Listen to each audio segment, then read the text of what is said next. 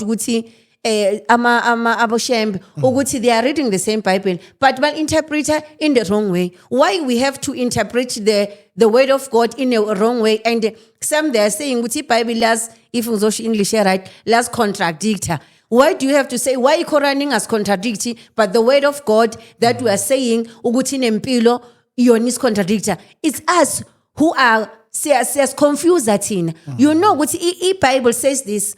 But because of wena uhleli la uhleli khona ufunde kakhulu or ubhorekile, then you think ukuthi no man kahle kahle abasho kanje basho kanje. Why is it twister the word of God into clear? Exactly, because iBhayibheli for mina li clear.